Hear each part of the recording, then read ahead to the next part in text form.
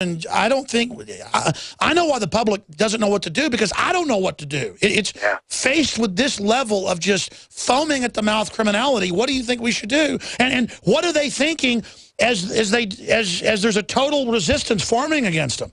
Well, listen, if I had a battle plan, and you're right, a lot of people don't know what to do, and it's no fault of theirs. It's just so much. You're being hit on 30 different fronts. You know, to steal a line from the left, their 30-front war, and they do this intentionally. You know, the Cloward Piven model, just overload the system. Here's what you do. Number one, we have to build public pressure. I say that a lot because I get to the question all the time. You know, do you support Obama's impeachment? And I tell people, frankly, no, you haven't won the public case. And people say, what do you think, he hasn't broken laws? No, that's not what I'm saying. What I'm trying to tell you folks, we have not built the public case yet. You are talking about a process, a legal process. It's like an indictment. That's what impeachment is. It's like an indictment for the president. You then have to try the case. You don't indict a case, you're not going to win. You don't. We haven't built the public pressure. That's number one. How do we do that? So here's the battle plan. We have got to find more whistleblowers. We have to find people on the inside, like me, willing to speak out and say, hey, folks, this is not right. And right now, what I don't understand, Alex, is where are the people in the DOJ, the FBI agents within the DOJ administrative staff coming out and saying, hey, this IRS thing, we were sending, you know, they were sending confidential donor information to the DOJ. Where's the person saying, hey, I was the one who hit send, this isn't right, we got to change this? Where are the IRS agents speaking out and saying, hey, when I swore my oath, Alex, it was to the Constitution, not to anything else. You know, where are these folks?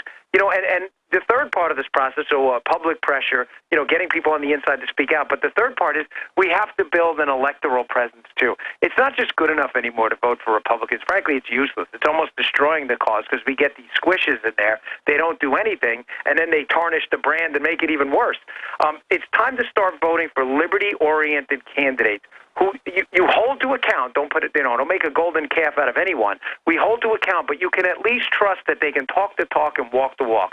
You know, when they get out there and they shake your hand, they can look you in the eye, and you believe these people. They understand what's going on with the Fed. They understand, you know, Cloward Piven. They understand what's going on with why the Constitution was written as a document of negative powers by the government, what they can't do to you. You know, that's the kind of folks. We get through that three-step process. Eventually, we'll have something to do. But you know, you can't just say, oh, we got to impeach the president. Okay, you're going to lose, just like you did with Clinton. And then you know what happens? You make him more powerful. I mean, we have to have an actual tactical battle plan going forward, and just throwing out stuff like that without an actual plan to implement it is just a suicide plan. Well, I agree with you, and you're actually technically right. As you know, the House indicts the president, the Senate then tries him.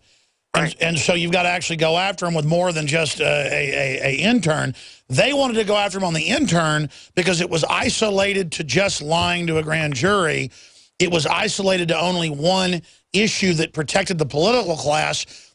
The truth is, if the Republican leadership wanted to go after him for Solyndra, or wanted to go after him for Benghazi or Fast and Furious or any of it, they could prove it and bring him down.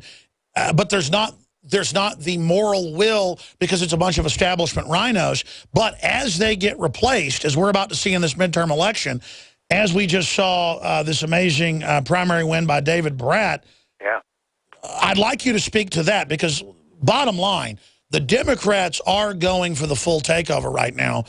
What's your take on Brat? B, and Republicans winning primaries all over the place as well. What do you think the establishment's going to do to try to counter that? Oh, let me tell you something. Brat was a wake-up call, not just for our side, the grassroots liberty lovers out there, but you don't think they're going to take this lying down. This is like a UFC match where you think you're going to kick the guy's butt. All of a sudden, he wallops you in the face, and you're like, oh, boy, this isn't going to be as easy a fight as I thought. The establishment, I'm in D.C. all the time, meeting with grassroots warriors over there, doing God's work. They know for a fact that the establishment's now rearming again. They're not going to be, and let me give you a quote from one of them, they're not going to be surprised again. So they are understanding that the people knocking on the doors and waving the signs are not with them. So they're going to go out and they're going to try and do what they always do. They're going to try to buy elections. They're going to try and put people like me down. They're going to try and put Chris McDaniel down. there's a John Carr in Tennessee. They're going to try and put folks down. They're going to try to suppress them because that's what they do. That's all they can do, Alex. They lost the people a long time ago. There's an insurrection going on in the Republican Party right now, and it's just hysterical too. How like the left, they just go along with their candidate randomly. Like you put a D in front of their name, and it's all good. It doesn't even matter what they stand for. And the media is in such a tizzy because they can't believe the fact that there are liberty-loving folks out there that actually care about liberty. They're like, what do you mean they didn't elect Eric Cantor? That's a surprise. He was their leader. No, he ain't my leader. I'm not. I don't subscribe to what I don't worship golden calves, okay? He did not stand up for the people. He's not out there shaking the hands. He was not standing for the cause of liberty, and people didn't get behind him. I don't know why the media is so surprised. I think they're surprised because they don't have the values we do, and they don't understand that liberty actually matters because they believe in a redistributionist state run by the bureaucratic elites who sit there with their bow ties and tell us all what to do while we all go broke and they enrich themselves at our expense. Well, no more. Those days are over. I'm not subscribing to that. Not one more day. Well, that brings me to my next point. We saw the tragic 2 police officers and a citizen killed. And if you even believe the official story, because who knows with the establishment these days, you got a guy with crazy Joker videos that looks completely mentally ill, into death cults with his girlfriend, just like you've got these other kids stabbing, little girls to death because, there's another comic book character they like. And they're trying to blame Ronald Reagan and Rand Paul and me and saying we're responsible when all I ever say is we don't want a violent revolution. We want a peaceful restoration. And I'm really concerned that Obama came out. It was on CBS 2 days ago. But here's the headline. Obama cites Australia's gun confiscation program as example for U.S. And now, if they actually try to have an executive order on some type of gun confiscation, say, of semi-autos, and if they try to send out armored vehicles like they're doing in California to confiscate guns, I mean, this is a powder keg, and I think if I was Obama and I wanted to take over, I would try to stir up the libertarian constitutional movement and try to push people into a corner. I mean, we see these headlines about veterans are the #1 terror threat with no evidence of that, no crime statistics to show that. What I'm getting at is it looks like they're trying to start some type of civil war. Well, remember, the only way to get you in America, which is generally a country of good people, generally, I mean, we've been the most philanthropic country in the history of Earth, to really hate their neighbor and to vote against them is to demonize them and put them in the boxes, union, non-union, black, white, Hispanic, immigrant, man, woman, war on women. That's what the left does. Remember, the Republican Party generally, at least the good ones, they don't do that. They run on let's cut your taxes, let's defeat Obamacare, that kind of stuff. The left doesn't do that. The left runs on this agenda of this guy's not you, therefore you should not like him. Vote for me. I'll keep the not you away from you. They vote on class warfare. They vote on division. They vote on racial strife. They are not liberals. I mean, I've got to say it. I mean, the Democratic Party is a pack of mentally ill criminals. Now, I'm not talking about their grassroots people. A lot of them mean well. But I've got to say, when you look at MSNBC and these people, they know exactly what they're doing. Yeah, I'm glad you said it because I knock on a lot of doors out there, and I knock on Democrats with high voter scores, people who show up. And believe me, a lot of them are frustrated, too. They're Democrats because their parents were. I mean, my mother's a Democrat, and she'll never vote Democrat again. She was a JFK Democrat. Those days are over. But, you brought up an interesting point, too, about them, pinpointing people like yourself and other talk radios. Oh, look what you guys did. But keep in mind, Alex, think of that. This is the hypocritical frauds these people in the media are. They never mentioned Floyd Corkins. Floyd Corkins, who shot up the Family Research Council, and he said he did it because of the Southern Poverty Law Center. Right, exactly. I mean, it clear as day. The Southern Poverty Law, the biggest leftist kooks you've ever seen. Who, if you say anything about anything, if you are pro-life, you're a hate group, according to these nuts. This guy said. I read about the Family Research Council and their stance on gay marriage, and I didn't like. So he basically shot the place up. The media almost completely ignores the story, and yet you get these two psychopaths in Nevada who apparently were even kicked off that ranch. We were too nutty for the ranch out there, too.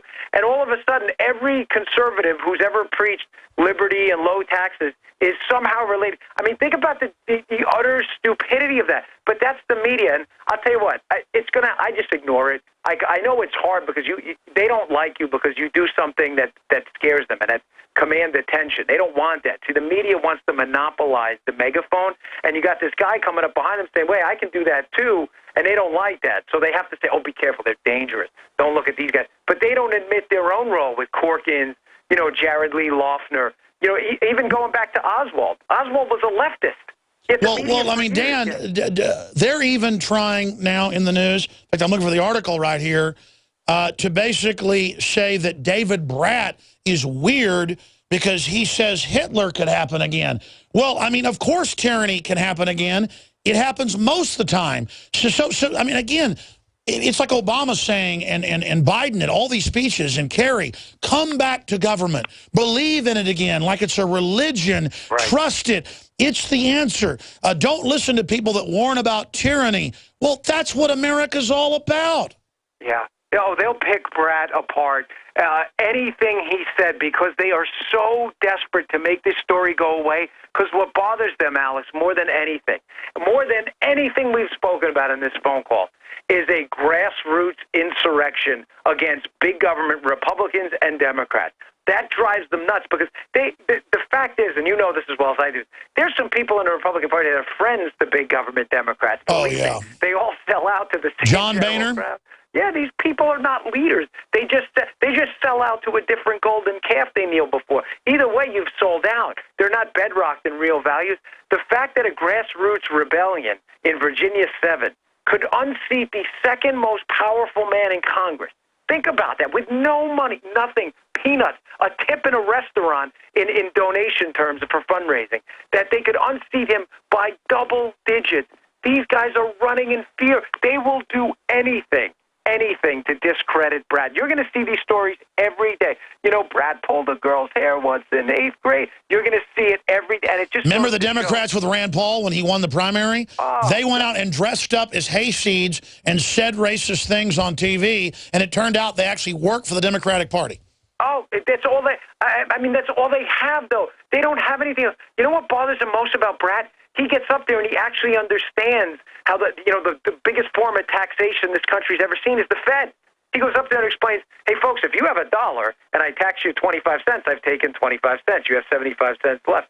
But if I go out there and I give you $1, right, and I tax away the value of it via inflation and it's only worth 10 cents, I've taxed you 90 cents whether you know it or not. And he explains this in common sense economic terms. The left is like, wait, we can't have that information out there, folks. Information is dangerous unless we can lie to people about it. Well, Dan, I got to say it. I mean, you're super articulate. You're a smart guy. Your book's already a bestseller.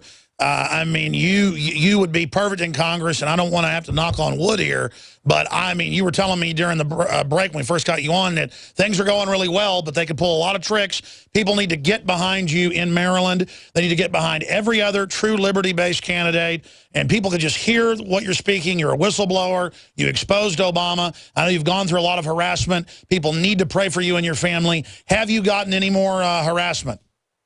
Yeah, it's always, one of our security cameras mess with. It's always something.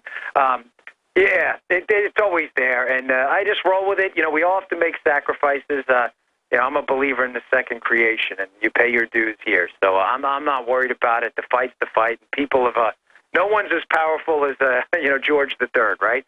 So I'm not that worried about it. It's funny that I go through some harassment as well, and I don't know what it is. You don't like to talk about it. It's just kind of like, yeah, it's going on. It's like you don't even want to give it attention that they're doing it. But it's important to show what scum these people are.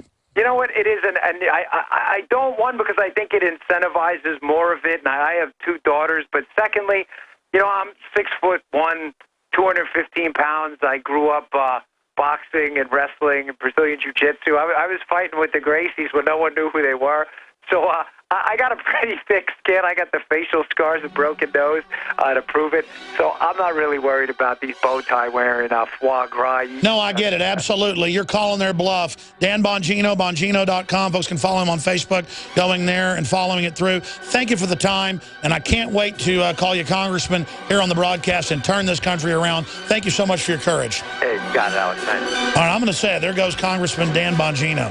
Folks, I'm telling you, they're going to try to pull a false flag to blame the Tea Party. Get ready for that. We're on the march. The empire's on the run. Alex Jones and the GCN Radio Network.